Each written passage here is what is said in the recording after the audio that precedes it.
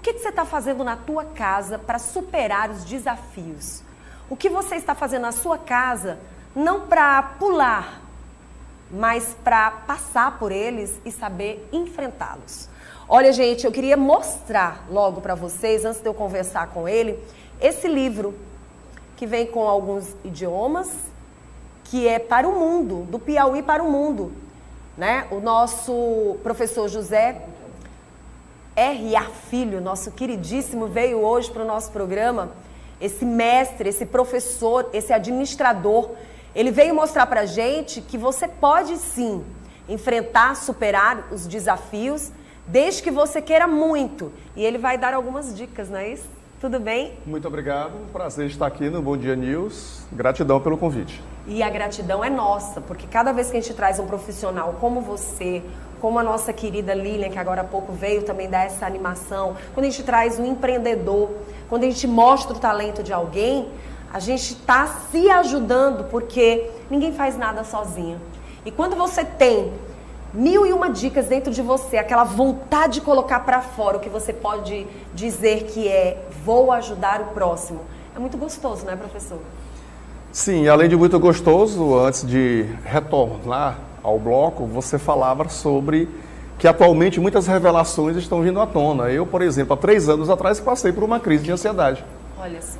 E por passar pelo buraco negro ou por uma noite mais longa, eu aprendi o quanto que essa solidariedade é importante. E depois que eu me tratei, que eu me curei, eu disse para mim mesmo, a partir de hoje, a minha missão vai ser escrever com mais foco e poder compartilhar com as pessoas, através de livros, de matérias para jornal e de palestras, para que essas pessoas também possam evitar passar pelo que eu passei. Então eu aprendi pela dor a aplicar na minha vida alguns princípios, algumas técnicas, um outro olhar da vida.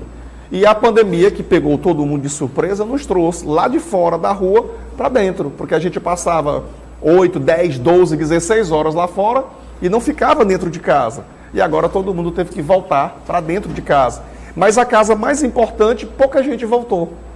E qual é a casa mais importante? É uma casa no lago? É a casa da praia? É o apartamento? É a mansão? Não é. A casa mais importante é a nossa casa mental. Então Freud já nos convida há muito tempo a mergulharmos mais dentro da casa mental. Porque quando a gente equilibra melhor, a gente arruma, a gente cuida, a gente zela a nossa sala, né? A cozinha, a sala de estar. Mas e a nossa casa mental? A gente está cuidando bem? Está limpando aqueles pensamentos, aqueles sentimentos, aquelas mágoas? Né? E preenchendo? Porque o preenchimento está aí.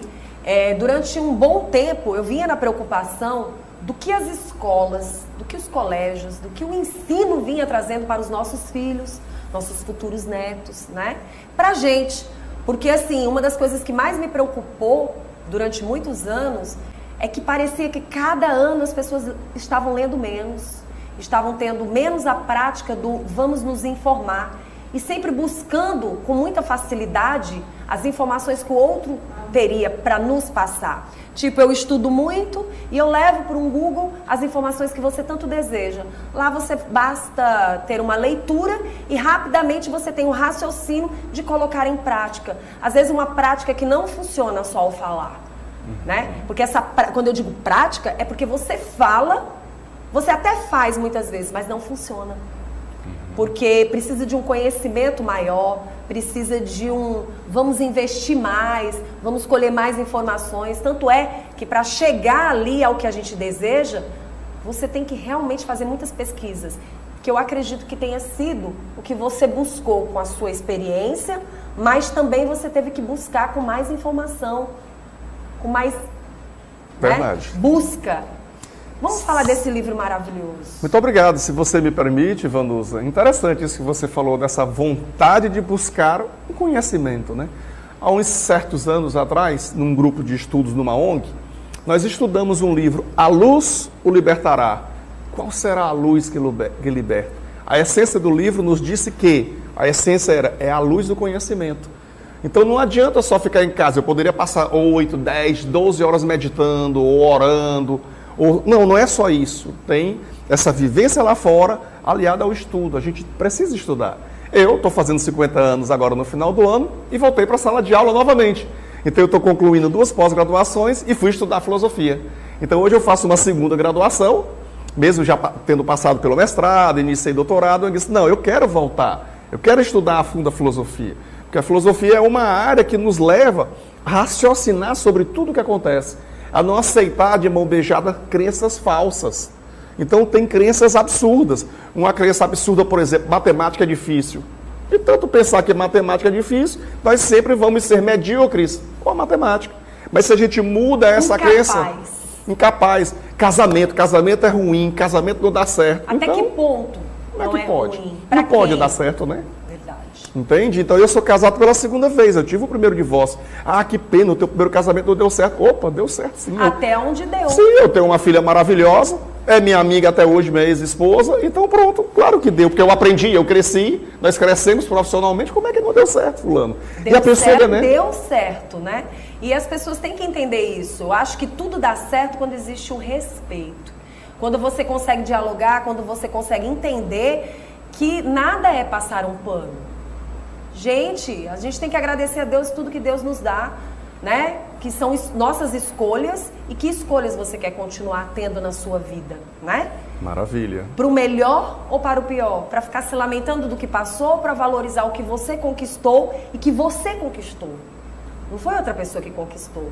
Está se lamentando por algo que você foi à busca e você teve. Agradeça a Deus, né? Vamos falar desse livro maravilhoso. O que as pessoas vão poder encontrar nesse livro?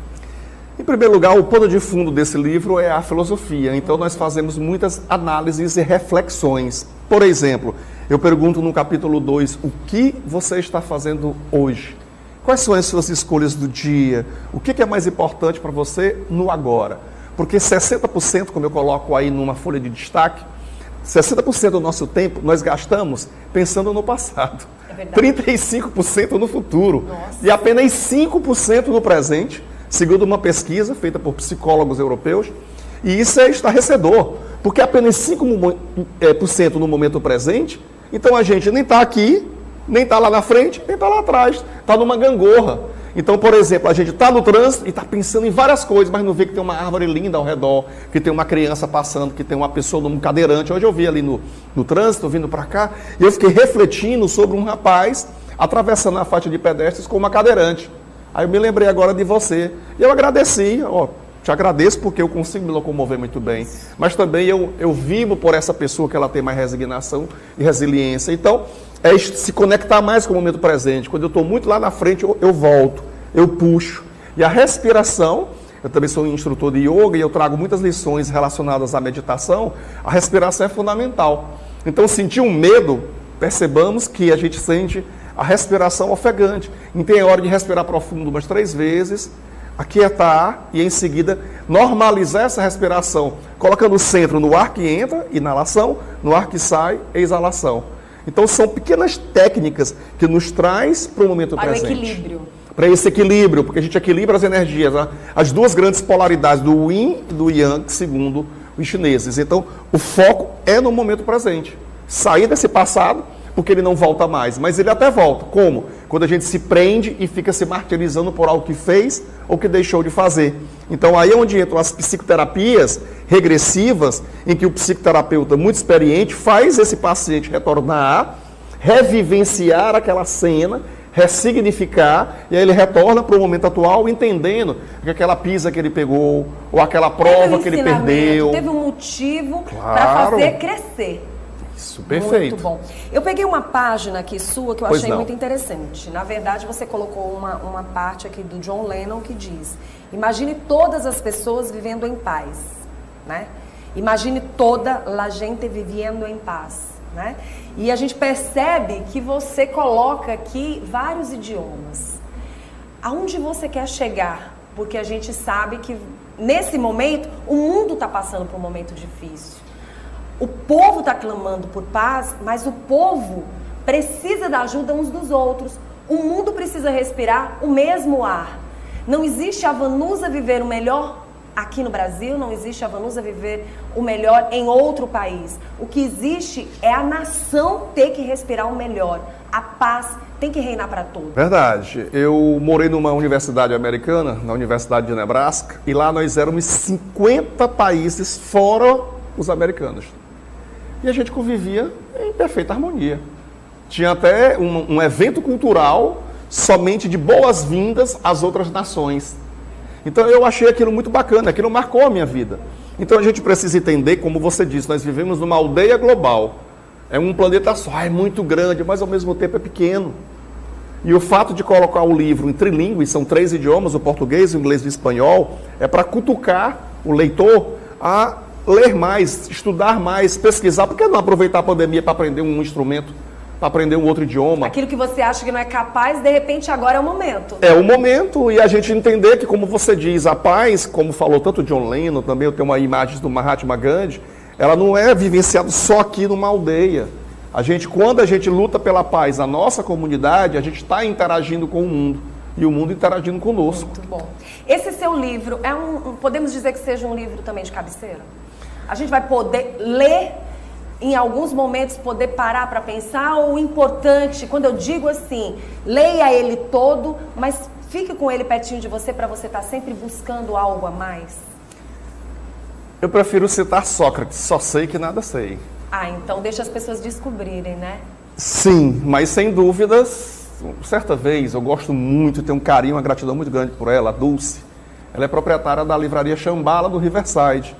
E há uns anos atrás eu escrevi um livro de uma forma mais amadora, Mensagens para Iluminar a Sua Vida. E ela disse que numa noite de insônia, ela pegou da cabeceira aquele livro e ela foi lendo que ela acabou adormecendo. E um dia, numa aula de yoga com ela, ela me agradeceu. E aquilo eu fiquei feliz, sem dúvidas. Então, quando um cantor, ele lança um CD, que hoje não é mais nem CD, né? Quando alguém, um ator, participa de um filme, ele quer que o seu trabalho seja visto, enfim, criticado e etc. Então, o autor, ele também deseja isso. Eu não poderia negar. Mas, sem dúvida, se as pessoas puderem estudar e irem do início ao fim, existe uma sequência lógica, um encadeamento de ideias. Mesmo que você possa abrir sem olhar a página. Porque cada vez que, depois de você ler um livro todo, eu não sei as demais pessoas, quando eu leio um livro todo e que eu volto a ler novamente, parece que os ensinamentos são outros. Sim, perfeito. Né? É muito interessante, por isso que é sempre bom você manter essa leitura e essa prática da leitura. Eu queria que você convidasse as pessoas, como é que elas fazem para encontrar o livro, né? Como é que vai ser essa maravilha aqui. Muito obrigado, já estamos disponibilizando nas livrarias, certo. Na Nova Aliança Editora também está no site, portanto compras online, estamos indo até a Amazon oferecer também, então está nas livrarias e o meu desejo é que inclusive nós, jovens, estudantes, por exemplo, do ensino médio, que temos o Enem logo, tem muitos conteúdos, como eu falo, a base do livro é filosofia, e muito cuidado com as mensagens cortadas, tricotadas de WhatsApp. Então aquilo atrapalha a nossa escrita. Então, para que a gente possa ter uma melhor redação, uma melhor peça, por exemplo, se nos tornarmos um advogado, um desembargador, um juiz, seja o que for, a gente precisa escrever. Então a gente precisa ler livros e ler livros. Aquelas mensagens curtinhas, cortadas, a gente tem que minimizar. Imagina passar o dia com o celular na mão. Até porque o entendimento muitas vezes não é aquele que você está colocando ali, que você está passando. Né? Tem que ter muito cuidado. A gente tem que ir bem mais além. Às vezes você leva uma mensagem bonita, recebe uma mensagem bonita, mas de verdade ela pode ter um outro entendimento. É verdade. Né? E cortada. Verdade. Quero agradecer ao nosso maravilhoso professor que veio hoje aqui, esse mestre maravilhoso, mostrar um pouco dessa parte da educação que a gente precisa ter, que é fazer uma boa leitura e se envolver mais com a leitura. Quanto mais a gente lê, mais bem informado e com conhecimento a gente chega onde a gente deseja. Muito obrigada, tá? Muito obrigado e espero voltar no segundo. Você que é meu, você já escreveu para mim? Que é Nas Pegadas dos Mestres. Já, gostei demais. Esse é o primeiro, são 5. Vou ler todo, tá? Muito obrigado. E depois a gente vai conversar sobre esse assunto. Muito obrigado, gratidão. Muito bom, muito bom.